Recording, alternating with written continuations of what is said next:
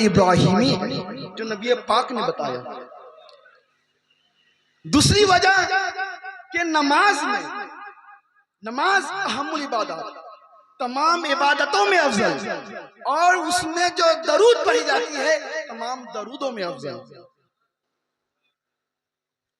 बस इतना नहीं, ये इंतजामात क्यों किए गए हैं?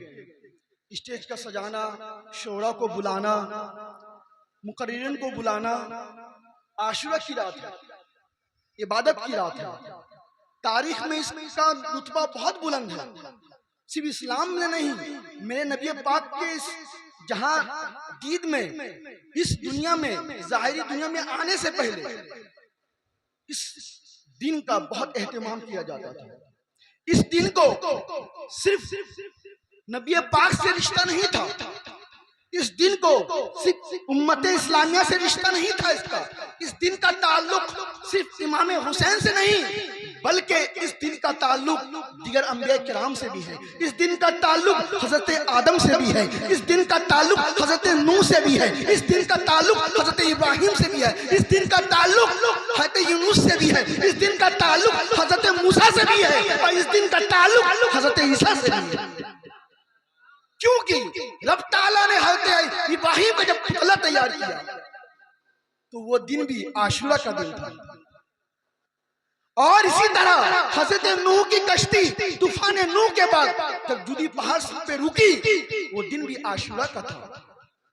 हजरत यूनुस अलैहिस्सलाम जब मछली के पेट में चले गए थे तो अल्लाह ने उनको निजात दी, वो दिन भी आशुरा का था। हजरत इब्राहिम को नमरूद के आग में ढकेल दिया गया, डाल दिया गया, लेकिन वो आग हजरत इब्राहिम के लिए गुलजार बन गया, बागीचा बन गया, वो दिन भी आशुरा था। हजरत मूसा अलैहिस्सलातु तस्लीम को फिरौन से निजात मिली, फिरौन दरिया में गर्क हुआ, हजरत मूसा अपनी कौम को लेकर दरिया पार कर गए, वो दिन भी आशुरा ही का था। इसी तरह आशुरा वो मुकद्दस दिन है कि दुनिया की तख्लीक भी हुई है और ये दुनिया भी फना हो जाएगी, वो दिन भी आशुरा ही का होगा। अंदाजा लगाएं कितना मुकद्दस दिन है। और हम इन तमाम तारीखों को अपने नजर पे रखे हुए हैं, साथ ही साथ हम वो तारीख नहीं भूलते जिसका ताल्लुक अहले बैत के एक अजीम शख्सियत रसूल पाक के जिगर गोशा हज़रत फातिमा के नूरे नजर मौला अली के लख्ते जिगर सैयदना इमाम हुसैन से भी इसका कनेक्शन है। और बता दूं, इमाम हुसैन की फजीलत पूछते हो, इतना जान लो कि अल्लाह तबारक व तआला ने जिगर इंसान के नस्ब का ताल्लुक उनके बाप से रखा है। आप किसी से पूछे तुम्हारा नस्ब कौन सा है तो आप अपने बाप दादा का नस्ब बताएंगे। दुनिया में जितने भी नस्लें चलती हैं सबका ताल्लुक उसके बाप से होता है, लेकिन इमाम हुसैन को रब्बे कदीर ने अपने हबीब के सत्य में वो फजीलत दी कि औरों की नस्ल बाप से चलती है, लेकिन इमाम हुसैन की नस्ल की माँ से चलती है। मेरे नबी ने फरमाया कि मेरी नस्ल मेरी बेटी फातिमा से चलेगी। ये सूरह कौसर की एक तफसीर भी है। जब मेरे नबी पाक को लान तान किया गया, जब उनके लख्ते जिगर हजरत इब्राहिम रदियल्लाहु ताला अन्हु बचपन में इंतकाल फरमा जाते हैं तो कुफ्फार मक्का ने रसूल पाक को अबतर कहने लगा कि अब मोहम्मद अरबी का कोई नस्ल नहीं चलेगा, अब उनका सिलसिला नस्ल मुनक़ता हो गया। और रब्बे कदीर की ये आदत करीमा है कि जब उसके किसी चहीते पर कोई उंगली उठाता है, जब उसके किसी मुक़र्रबीन पर कोई अंगुश जनी करता है, उनके बारे में अनाप शनाप बकता है, तो रब्बे कदीर जलाल में आता है। तो रब्बे कदीर ने आयत पाक नाज़िल फरमाई, इन्ना आतैना कल कौसर, ऐ मेरे महबूब आपके रब ने आपको बेइंतहा अता फरमाया है। उलमा फरमाते हैं मुफस्सिरीन किराम ने अपनी किताबों में लिखा है कि कौसर का माना होता है खैर कसीर। इसको जिस माने में खैर में ले लें, उसमें जो सबसे इंतहा को पहुंचे वो नबी पाक के लिए है। इल्म का माना लेंगे तो अल्लाह ताला ने अपने हबीब को इतना इल्म दिया कि आप उसका शुमार नहीं कर सकते। इसका ताल्लुक अगर रुतबा से लेंगे तो मेरे रब ने अपने नबी को इतना ऊंचा रुतबा दिया कि अल्लाह ने इससे बड़ा रुतबा किसी को ना दिया। इसलिए शायर ने कहा खूब कहा है, हर इब्तिदा से पहले हर इंतहा के बाद, हर इब्तिदा से पहले हर इंतहा के बाद जाते नबी बुलंद है जाते खुदा के बाद। जब सारे मक्का ने लान तान किया, रसूल पाक को अबतर कहने लगे, इनका सिलसिला मुनक़ता हो गया, तो रब्बे कदीर ने उनके रसूल पाक की दिलजोई के लिए फरमाया, ऐ महबूब, आपके रब ने आपका सिलसिला मुनक़ता नहीं किया, बल्कि कहलवा दिया, ऐ नबी आप फरमा दे कि ऐ मुझको मुनक़ता उन नस्ल कहने वाले, मुझको अबतर कहने वाले, मेरा रब मेरा मद्दाह है, वो चाहेगा तो मेरी नस्ल को इतना बढ़ाएगा कि तुम्हारी नस्ल खत्म हो जाएगी, मेरी नस्ल चलेगी। देख ले, इमाम हसन इमाम हुसैन फातिमा के दो लख्ते जिगर, करबला की सरजमीन पर सब शहीद हो गए, बचा सिर्फ कौन? इमाम हुसैन की नस्ल से ज़ैनुल आबिदीन बचे। इमाम हसन की भी नस्ल बचा, हज़रत हसन मुसन्ना जो मदीना पाक में थे, बीमारी की वजह से आ नहीं पाए। ये वो दो नस्लें बची जो शहजादे बचे कि रब्बे कदीर ने इतनी बरकत दी, इतनी बरकत दी इनकी नस्लों में। आप जहां उठा के देखें, कोई गौसे आजम बन के नजर आता है, कोई मोइनुद्दीन चिश्ती बन के नजर आता है, कोई साहिब कलियारी बन के नजर आता है, कोई इमाम रफाई बन के नजर आते हैं। बल्कि कहा जाता है कि जितने भी बड़े बड़े इमाम किराम हैं, जितने भी बड़े बड़े औलिया किराम हैं, सबका ताल्लुक सैयद घराने से। बल्कि अगर आप अपने शजरे में देख ले, सिवाय चंद के सिलसिले कादरिया में जो हज़रत अब्दुल रज़्ज़ाक़ से चला है, सिवाय चंद के जितने भी मशाइख हैं सब सादत किराम हैं, सब सादत किराम हैं कि रब्बे ताला ने अपने महबूब को अता किया था, ऐ महबूब इन्ना अतैनाकल कौसर, मैं तेरे रब ने तुझको खैर कसीर अता किया। इमाम हुसैन की ये परवरिश हो रही है। लोग समझते हैं कि इमाम हुसैन बड़े खानदान में पैदा हुए, नाना नबी, बाप शेरे खुदा, मदीनतुल इल्म, माँ फातिमा ज़हरा, लख्ते जिगर रसूल अनवर, तो बेटा हुसैन होगा? नहीं, ये तो जाहिरी बात है। मनसब जितना बुलंद होगा, रुतबा जितना बुलंद होगा, उसकी आजमाइश उतनी ज्यादा होगी। अरबी में मकुला है, अन्नवाया अल अताया बेकदरी नवाया, कि रब ताला के इनामात उतना ही ज्यादा होंगे जितनी ज्यादा आजमाइशें होंगी। ऐसे आसानी से नहीं मिलती है रब ताला की कुर्बत। एक कोई अल्लाह का वली दिखा दे जिसका कोई दुश्मन ना हो, एक वली का नाम गिना दे कि जिसका कोई दुश्मन ना हो। अरे एक मुसलमान दिखा दे जिसका कोई दुश्मन ना हो, क्योंकि रब उसी को मनसब देता है जिसको पहले आजमाता है, उसकी तैयारी होती है। इमाम हुसैन को क्या पता नहीं था कि करबला में शहीद होंगे? इमाम हुसैन को क्या मालूम नहीं था कि करबला की सरजमीन पे उनको शहीद करने वाला कोई गैर नहीं होगा, उनके नाना का कलमा पढ़ने वाले होंगे? क्या हज़रत फातिमा को पता नहीं था? क्या मौला अली इससे लाइल्म थे? नहीं, सबको पता था कि मेरा ये नवासा, मेरा ये लख्ते जिगर, मेरा ये भाई, मेरा ये चचा, जितने भी सादत किराम शहीद हुए हैं करबला में, सबको पता था कि मेरे चचा हज़रत औनो मोहम्मद को नहीं मालूम था कि मेरा मामू इसी करबला में शहीद हो जाएंगे। हज़रत ज़ैनब को नहीं पता था कि मेरा भाई करबला में शहीद हो जाएगा। क्या कासिम को नहीं पता था क्या मेरा चचा करबला में शहीद हो जाएगा? क्या हज़रत अली को, हज़रत ज़ैनुल आबिदीन को नहीं पता था कि मेरे वालिद इसी करबला में शहीद हो जाएंगे? हज़रत सकीना को नहीं पता था कि मेरे अब्बू इसी करबला में शहीद हो जाएंगे? बच्ची थी लेकिन घर का माहौल था, हर एक को पता था। और मेरे हुसैन शहादत का जाम पीने के लिए कहां से चला? मदीने से, जिसके बारे में सैयदी आला हज़रत फरमाते हैं, दिखा दे या इलाही वो मदीना कैसी बस्ती है, दिखा दे या इलाही वो मदीना कैसी बस्ती है जहां रात दिन मौला तेरी रहमत बरसती है।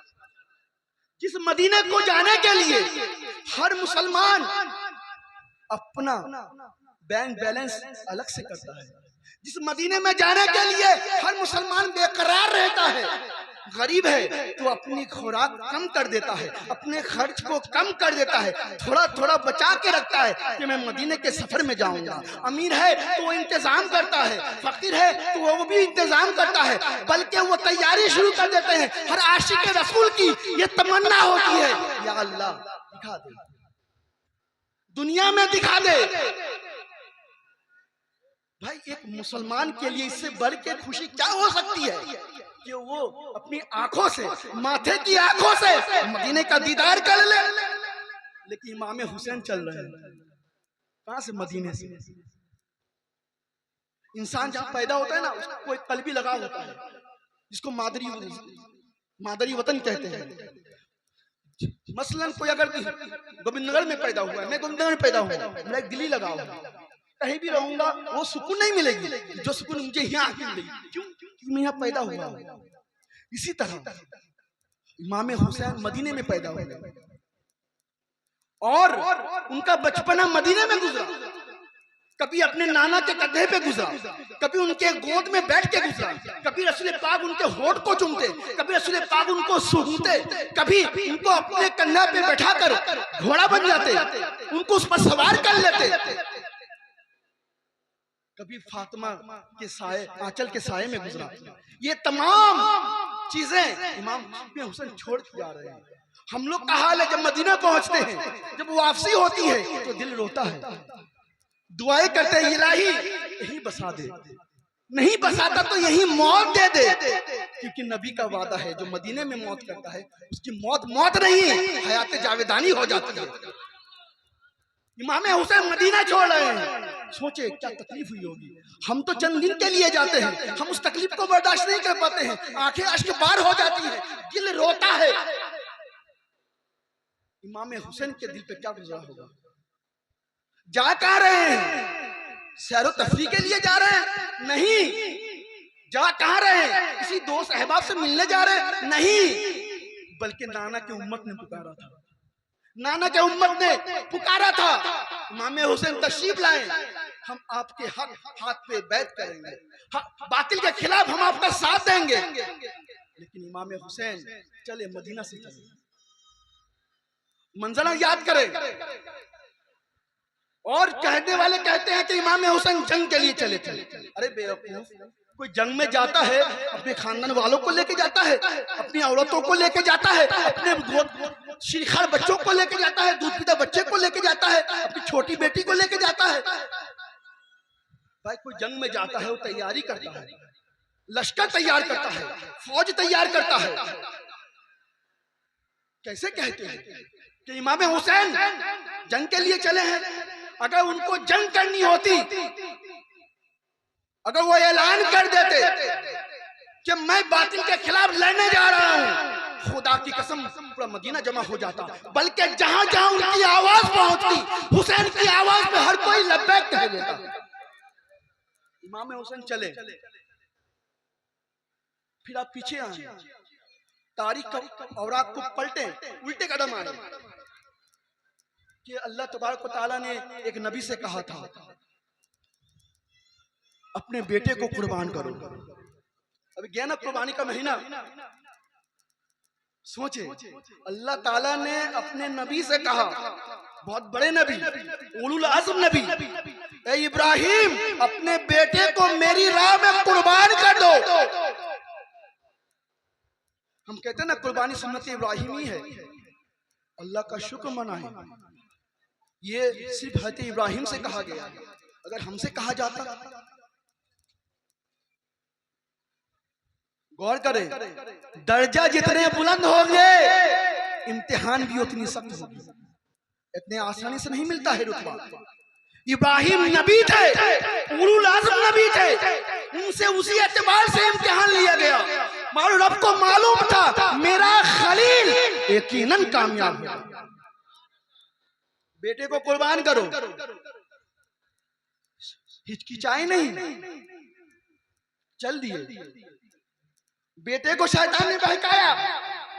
हाजी लोग को पता होगा, जमरात को पत्थर मारते ना, छोटा शैतान, बड़ा शैतान, मझला शैतान, वो 3 जगह है जहां इब्राहिम के साहिबजादे हज़रत इस्माइल को बहकाया गया था। रब को हज़रत इब्राहिम का वो अंदाज इतना पसंद आया, हाजी के लिए वो रुकने आजम कर दिया। हर हाजी पे वाजिब है कि वो जमरात में पत्थर मारे, 1 बार नहीं, 2 बार नहीं, 7 बार मारे। 1 दिन नहीं, 2 दिन नहीं, 3 दिन। पहले दिन बड़े शैतान को और बाकी 2 दिन तीनों शैतान को चले ज़बह करने। शैतान ने बहकाया कि इस्माइल कहाँ जा रहे हो बन संवर के? कहा कि बड़ी दावत में जा रहे हैं। अल मुख्तसर कहा कि नहीं, दावत में नहीं, तुम्हारा बाप तुमको ज़बह के लिए ले जा रहा है। तुम्हारे रब ने ख्वाब में बताया। नबी के ख्वाब सच्चे होते हैं, हमारे ख्वाब तो ख्वाब ही रहता है, लेकिन अंबिया किराम के ख्वाब उनकी नबूवत का एक हिस्सा होता है। कहा कि तेरे बाप को तेरे बाप के रब ने हुक्म दिया है कि अपने बेटे को ज़बह करो। हज़रत इब्राहिम थे, कहा अगर रब का हुक्म है तो सर झुका हुआ है, लेटा दिया ज़बह करने के लिए। फिर सोचा कहीं पेदर का मुशफ़क़ाना अंदाज गालिब ना आ जाए, आंखों पे पट्टी मार लिया, तलवार उठा लिया, ज़बह भी किए। वो तो अब इसमें है कि मैं अपने बड़े बेटे को ज़बह कर रहा हूँ, लेकिन रब का हुक्म कुछ और था, उसकी मशीयत कुछ और थी। इन्होंने तलवार चलाया ये सोचकर मैं अपने बेटे को ज़बह कर रहा हूँ। रब का हुक्म हुआ जिब्राइल ले जाओ जन्नत से तुम्बा, इस्माइल को हटा दो, तुम्बे को ज़बह करा दो। वो तो आजमाइश थी, हुआ बचाया गया। ज़हन में सवाल होता है, वहां नबी के बेटे को बचाया जा रहा है, इधर नबी के बेटे को ज़बह किया जा रहा है।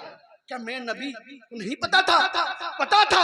अगर वो दुआ कर देता इलाही मेरे हुसैन को महफूज कर ले, यकीनन दुआ इजाबत को टकरा जाती है, लेकिन नहीं, मकसद कुछ और था। वहां पे हजरत इस्माइल को बचाया गया क्योंकि उनकी नस्ल में रसूल पाक को भेजना था। वो कुर्बानी मिनहज हुक्मी रही, हकीकी ना थी। कहते ही हुसैन को करबला में शहीद करके वो जो हुक्म थी उसको हकीकी बना दिया।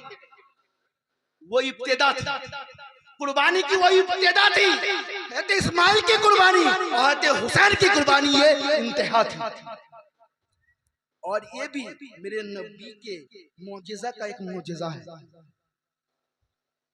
कि नबी पाक का ये नवासा चला मदीने से चला, सिर्फ इसलिए कि कल मैदान महशर में ये कूफा वाले, ये बागी, ये धोखेबाज ये ना कहे मेरे नाना के सामने कि अब मैं नहीं आया सुअल्लाह, हम सब ने आपके शहजादे हुसैन को खुतूत लिखे, खत लिखा, एक नहीं ढेरों लिखा कि अब आइए यजीद के खिलाफ हम आपका साथ देंगे, बातिल के खिलाफ हम आपके साथ दस्ता बस्ता तलवार उठाएंगे, आप आइए हम आपसे बैत करेंगे।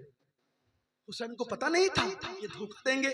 अरे उनके बाप मौला अली को भी धोखा दिया गया इन कूफियों ने। इसलिए अरबी का मक़ूल है अल कूफी ला यूफी, कूफा वाले वफादार नहीं होते, मशहूर मक़ूल है। सोचिए इमाम हुसैन मदीना छोड़ के जा रहे हैं सिर्फ इत्माम हुज्जत के लिए, सिर्फ इत्माम हुज्जत के लिए। और उनका मनसब ही इतना बुलंद था, जाना था और कुर्बान होनी थी।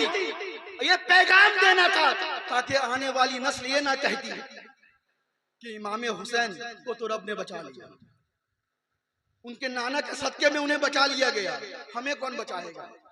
इमाम हुसैन नवासे रसूल थे, माँ ने दुआ की बच गए, बाप मौला अली थे, खलीफतुर रसूल थे, दुआ की बच गए, भाई हसन थे जो जिनकी दुआ कभी रद्द नहीं होती, दुआ की बच गए, बहन सकीर ज़ैनब थी, दुआ की बच गए।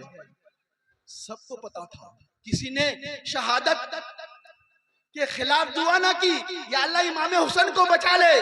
सब ने दुआ की, या अल्लाह इस्तिकामत अता फरमा, या अल्लाह हुसैन को इस्तिकामत अता फरमा। और इमाम हुसैन कुर्बान हुए, शहीद हुए। पैगाम क्या दिया? हुकूमत के लिए इमाम हुसैन ने शहादत का जाम फरमाया? नहीं, इमाम हुसैन ने यह पैगाम दिया कि ऐ लोगों, मैं नवासे रसूल हूँ, लेकिन जब दीन की बात आएगी, जब शरीयत मुस्तफा की बात आएगी, तो मेरा सर सबसे पहले होगा कुर्बान। अरे उधर क्यों जाते हैं? आइए धामनगर ले चलता हूँ आपको। मुजाहिदे मिलत का कौल मशहूर है कि जब दीन का मामला आएगा तो हबीबुर रहमान का सीना सबसे पहले होगा, कि वो बातिल के आगे सबसे पहले सीना सपर होगा। जो गोली चलेगी, पहला सीना जो छलनी करेगी गोली,